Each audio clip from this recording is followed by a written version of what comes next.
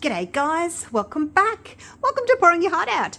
I'm going to go again with that rose that I did the other day. I'm going to try again. So if you didn't see that one, I will link it up in the top corner for you at the end of this video so that you can watch it and see hopefully the improvements that I'm making on this. I've kept a couple of things the same, but I am changing a couple of things. So the first thing I'm keeping the same is the resin. So this is the Let's Resin Fast Cure resin that I'm using. Last time I used about 125 grams of A and 115 grams of B. This time I've only got 80 grams of A and about 75 grams of B. I've stirred it up so you can see it's a bit bubbly. It's a medium viscosity resin, so I always like to put this resin into the Let's Resin debubbling machine just to get the bubbles out, but I'm not going to do it yet until I've added my mica powder. That way, because there's no point me putting it in the machine and then adding the mica powder and then stirring it and then I just get bubbles again. So put the colour in first and then put it in the machine. I am going to use the Let's Resin huge 60 colour pack. Look at that. And I've got mine all turned upside down so I can see the colours, otherwise you can just see white. So I've turned them all around. They do come with a couple of these, the other one's fallen down there, little scoops. And there's standard colours, there's interference colours, all kinds of goodies. I think the last one I used, no, that's peach. Where is it? The last one I used was dark pink. That's rose red. So that would have been a pretty colour to use for rose. Anyway, there's so many colours you can choose. This one's really pretty too. Oh, there's a rose red. I've got two rose reds. Oh, it's a colour shift. Oh, I never noticed it said colour shift on some and mica powder on others. Okay, cool. So anyway, I used a darker pink. I think that was the one I used, deep pink. But today I'm just going to use pink and see how we go with that. So I'm going to pop some in there. I do want it to be quite opaque, so a good dollop. Let's stir that in and see what it's going to do. So last time I did this, I used my Mystique tray mold, which had a little point in and a point out, point in, point out, point in.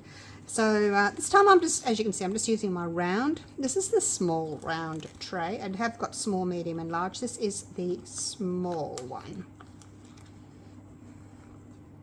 And you can see how the mica powder kind of leaves those lines. They look as if they're black lines or something, like a different coloured line, but you know, they're not. They're just, it's just the mica powder, and I think that's what's going to give us the lovely rose petal effect, or a carnation maybe. I'm not quite sure exactly, but now let's check this. Okay, it's a little bit on the transparent side. I can still see the stick through there, so I'm going to add a little bit more. Probably shouldn't use my left hand because it's not as accurate and I might have a big blob going in. Okay, so I'll pop that back in there. I think that'll be enough. So I am going to finish stirring the mica powder in. You want to make sure it's stirred in really well. You don't want to get little bits of stray mica powder floating around on the surface of your piece because it'll kind of spoil it. Oh, what's that? That looks shimmery. Oh, copper. That looks pretty, doesn't it? Ooh, so many colours to try. All right, anyway, I'll put that aside. I'll have to bring that out another day. Lots and lots of colours. That'll keep me going for years. All right, let's have a look at this. All right, so that's a little bit more opaque. And you can see there, it's leaving those sort of lines on the top, which will be amazing. All right, so let's pop this in the Let's Resin debubbling machine, bubble remover, for a little while. And then I'll come back to you.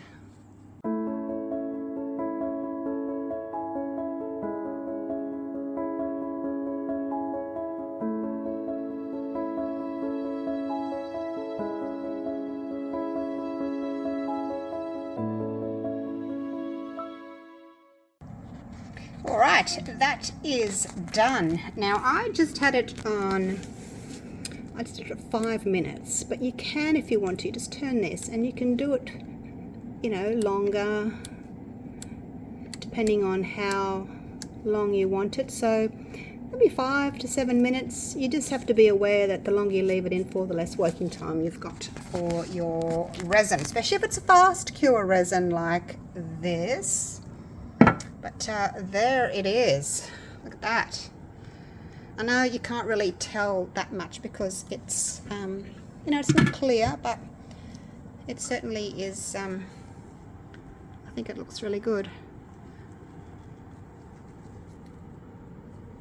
So I just have it sitting here. This is my vacuum chamber that I use for my silicone molds, and there's the pump for it. Got my little BD bubbler machine, got my pressure pot for if I need to do intricate crystally things, and also my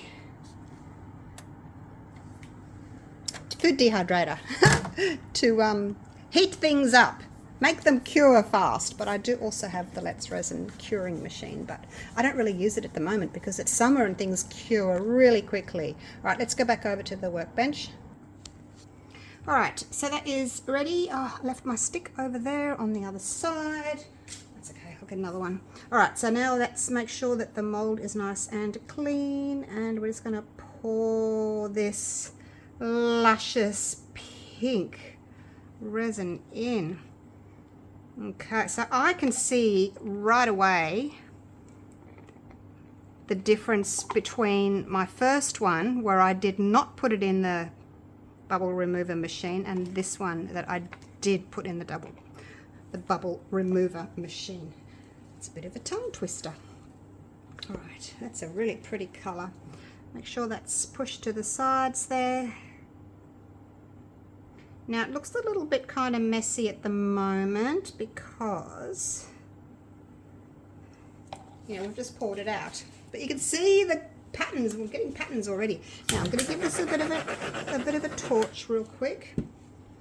Now the resin will move from the outside in, and you can already see it happening along the sides there. I'm not sure what these little bubbles are. I don't know. Not sure what those are, but we'll just see what happens once the resin finishes moving. Move that out of the way. I'll bring you down so that you can see it's starting to do its thing already. See the edges there? So the resin is moving from the outside in, and hopefully it will just have a nice smooth transition right across into the center. So it is 12:30 now. I'm going to set my alarm and come back at 1:30 and see if we can do the rose swirls. All right, see you soon. All right, it has only been about half an hour, but I stuck this in the middle and it's already getting hard. I probably shouldn't have done it, but I went around with my heat gun a few times just to sort of make it move faster, and I probably shouldn't have done that because now it's made it cure faster. So let's just see if I can do this. I think the middle's going to be a bit too sticky. Maybe I can take it out. I don't know. Oh my gosh. Oh gosh. I'm just going to take out this sticky middle. Yeah, the middle, for some reason, it cures really quickly. So anyway, let's just do this. I've got the sticky middle bit in here. All right, so I'm going to start with doing a little rose, and then just going to keep going. Got a slightly bigger toothpick this time. It's more of like a skewer. I don't know whether or not that's a good idea or a bad idea.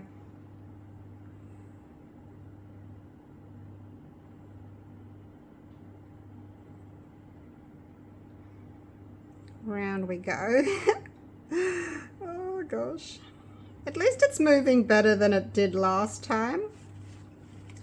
Don't feel as if I can kind of lift my stick up though, because then I'm going to get like points. But I am trying to make like petals by bringing it back in again, but I think that will do. See, it's quite sticky already, and yeah, I probably should have. All right, no, don't touch it, woman, don't touch it. Oh my gosh. You know I'm a fiddler, don't you? All right, I'm gonna get this sticky bit out. I don't know why it has to cure so fast in the middle, but it just does. It just does. Oh my gosh. Come on, resin, you can do it. Let me have my little center, please. I'm gonna heat it. And then just do a quick little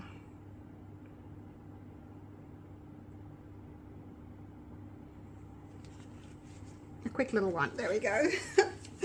Oh my gosh. All right, so I guess an hour probably would have worked. All right, no more fiddling. Probably would have worked if I hadn't have heated it. But of course I went in and heated it with my heat gun.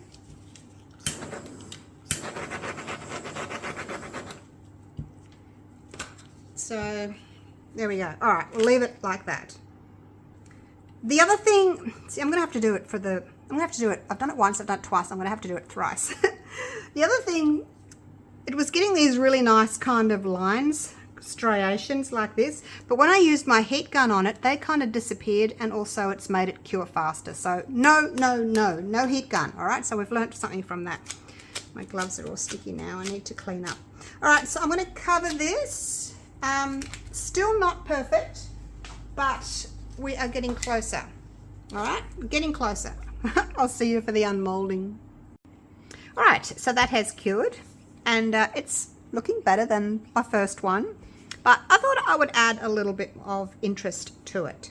So I've mixed up a little bit of resin there, and what have I got?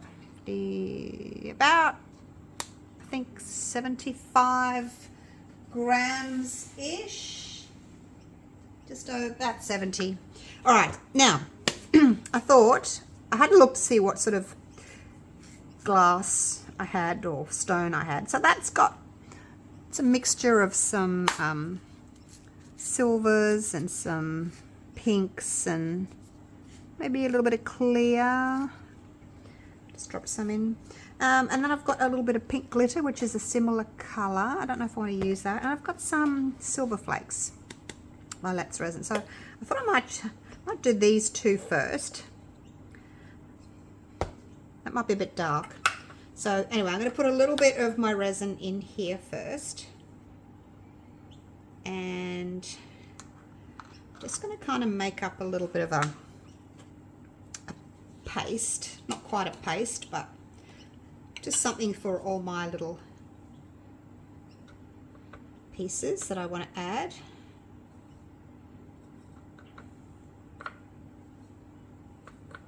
Like so. It tends to be easier just to stick your resin coated stick in there. Although if you've got resin on those bits that are sort of left behind, next time you go to use them, they'll be rock hard. So anyway, I'll leave that open just in case I want to add some more. Now I'll try not to break them up too much. Just a little bit. I kind of want them to stay on the edges. I don't really want them to, you know, move forward too much. So sometimes if you, it's hard because it might sort of close over. So I may have to leave it until it's a little bit more cured before I add it to the edges. Right, let's pop some of this in. Now this is heavy, so it will just sink to the bottom.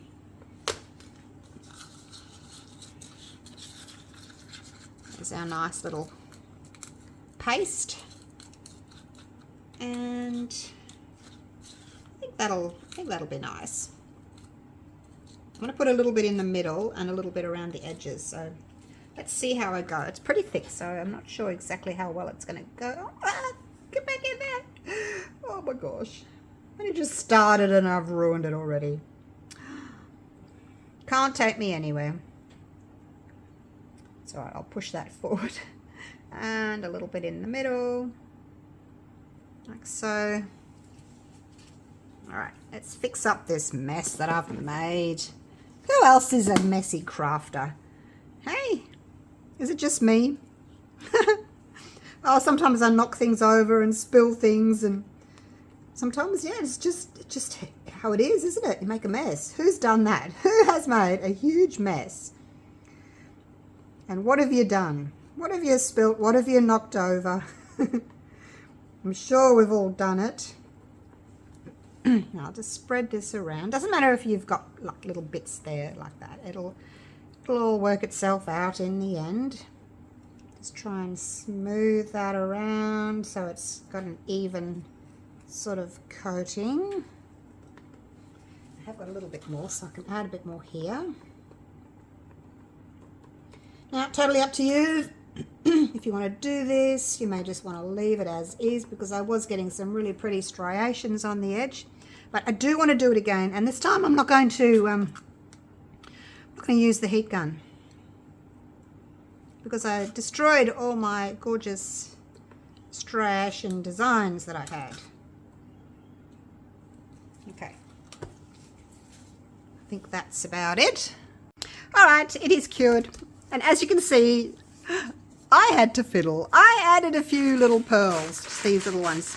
I thought, what else can I do just to give it a little bit of glitz? So yeah, I did that. Hopefully it's all right. Hopefully it looks pretty. So the foil, some little pearl beads, and some crushed stones. All right. So this was the first one that I did. And I will link this one for you up in the top corner at the end of this video, but just so that we can see the difference, if there is a difference. So that was that one. That one had the darker pink in it. This one's a little bit more pale. I think next time I'll do it a little bit sort of a bit brighter. Still with the pinks. I do like the pinks, but more of a sort of a brighter pink. Whereas these two have sort of got a little bit of, I think they're sort of a peachy pink. Now, I will link my round, this is a small round tray. I've also got a medium and a large.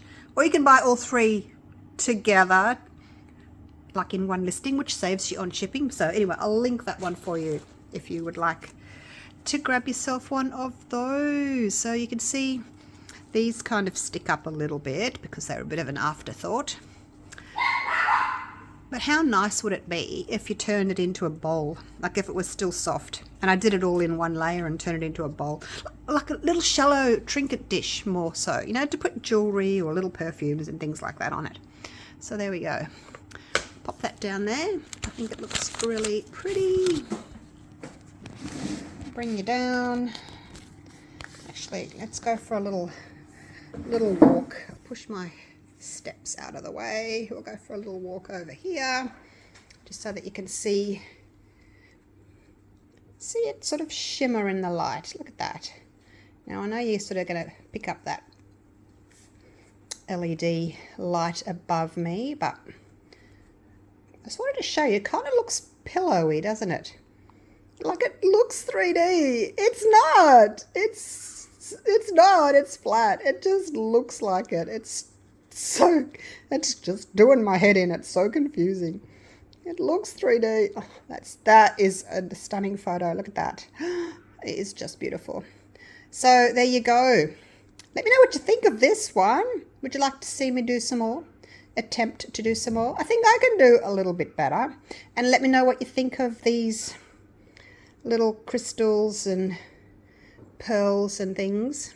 Do you like those, or do you think it looks better just without? There you go. All right. Thank you so much for watching. Hope you've enjoyed the video, and look forward to seeing you all again real soon for the next video. Okay, take care. Bye for now.